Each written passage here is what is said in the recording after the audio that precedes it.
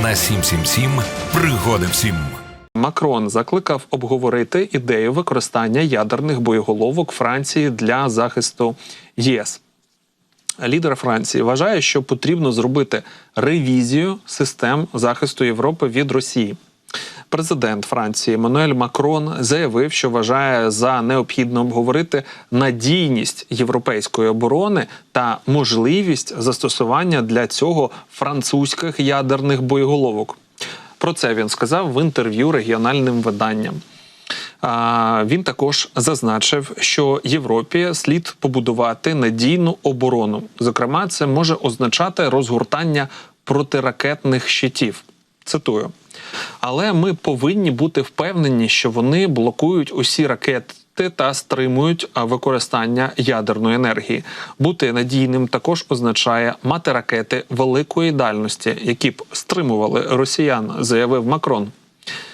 Він також зазначив, що Франція збереже свою специфіку, але готова зробити більший внесок в захист європейської землі. Цитую. Французька доктрина полягає в тому, що ми можемо використовувати ядерну зброю, коли наші життєво важливі інтереси знаходяться під загрозою. Я вже казав, що в цих життєво важливих інтересах є європейський вимір, не деталізуючи їх, тому що таке стримування сприяло б довірі до європейської оборони. Я виступаю за відкриття цієї дискусії, яка таким чином повинна включати протиракетну оборону, стрільбу із зброї великої дальності, ядерну зброю для тих, хто її має або хто має американську ядерну зброю на своїй території. Давайте викладемо все на стіл і подивимося, що справді і надійно захищає нас, сказав президент Франції. Він нагадав, що Франція, яка має близько 300 ядерних боєголовок і є єдиною державою в Європейському Союзі з такою чисельністю. Вперше Макрон натякав на можливість використання ядерної зброї Франції у 2020 році, коли закликав до стратегічного діалогу щодо ролі ядерного стримування Франції в колективній безпеці Європи. Днями Макрон заявив, що американська парасолька безпеки відійшла в минуле і континент повинен побудувати власну надійну оборонну стратегію, якщо хоче вижити.